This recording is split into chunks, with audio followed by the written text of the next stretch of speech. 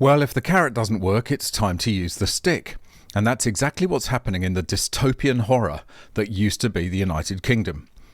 Net zero mad governments have been trying to get us to buy EVs with incentives, tax breaks, subsidies, you name it, but none of it has worked. People are resolutely refusing to go along with the insane push for EVs, realising, correctly, that they are expensive, inconvenient, impractical, and their values plummet faster than an elephant pushed out of a 747. So now comes the stick. And my God, what a stick it is. The loony far-left government in the UK is now planning to double the vehicle excise duty, or road tax, on diesel and petrol cars, some costing as much as £5,500. Well, unfortunately, you can only blame the British people for voting in this nightmare. As the old saying goes, people get the government they deserve. Welcome back to MGUY, British engineer and lawyer, now Sydney-based YouTuber. Be sure to follow me on the usual socials for more content, links in the description, and please make sure you're subscribed and have enabled all notifications so you don't miss out on any future videos.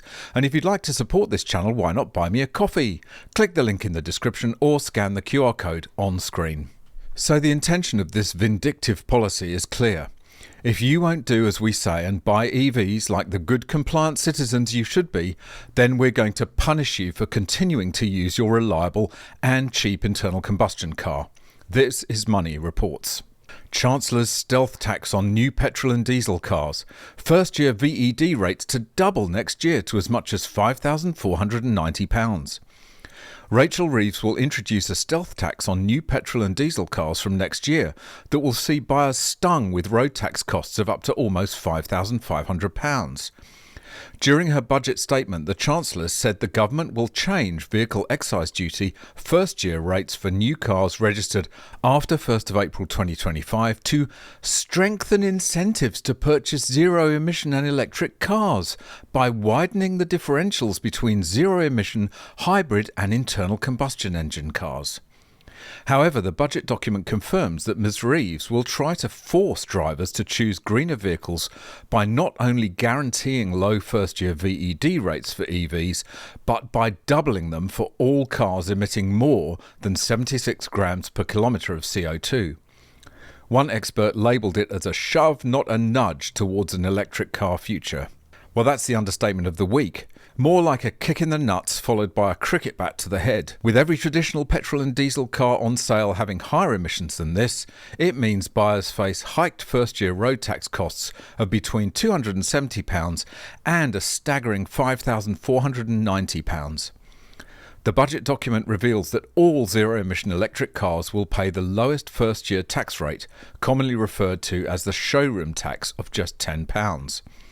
This will be retained until 2029 to 2030 to incentivise drivers to switch to greener cars, with the Labour government standing by its manifesto promise to ban the sale of new petrol and diesels in 2030. So, in the midst of a global cost of living crisis where people are having to choose whether to pay the rent or put food on the table, this malicious government is going to make life even harder by taking away their cheap and reliable transport.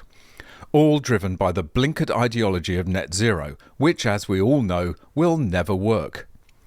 Take a look at this chart, which shows the changes in the vehicle excise duty, or VED, and see how the higher emissions vehicles are punished even more, increasing nearly £3,000 for the highest emissions vehicles. The irony is that many hybrids will suffer as well. Even the most frugal and economical new cars with mild hybrid offering a little electrical assistance without sending any e-power to the wheels, internal combustion engines emitting between 101 to 110 grams per kilometre CO2, will suffer the first-year road tax hike, rising to £390 from £195 previously. A family buying a brand new 1.3-litre mild hybrid petrol Nissan Qashqai, which emits 144 grams per kilometre of CO2, would have to pay an extra £540, up from £270, in the first year under the new rules.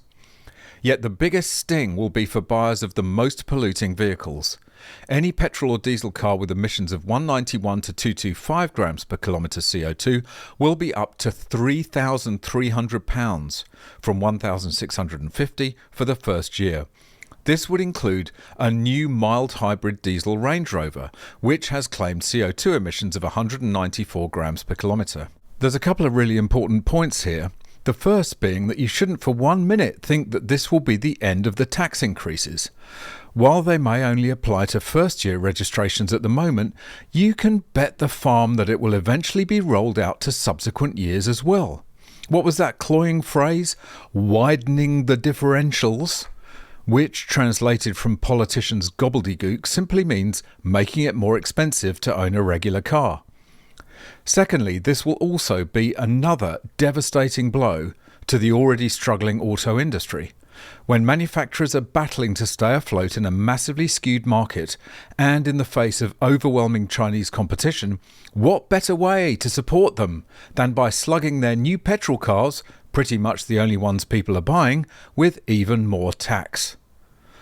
But I guess we knew this would happen, didn't we? We knew that once the sweeteners had failed, the punishments would begin. I feel desperately sad for the country in which I was born, which in just a few decades has descended into a place that I would never wish to visit, let alone live, ever again. The cult of net zero, because it is a cult, is wreaking havoc on Western economies. With luck, the US will avoid the disaster of a Kamala presidency, and some of these insane policies can be wound back before it's too late. The same, I hope, will happen in Australia next year. But the poor, long-suffering Brits have got nearly 5 more years of this. I'm not sure the country will even survive at all.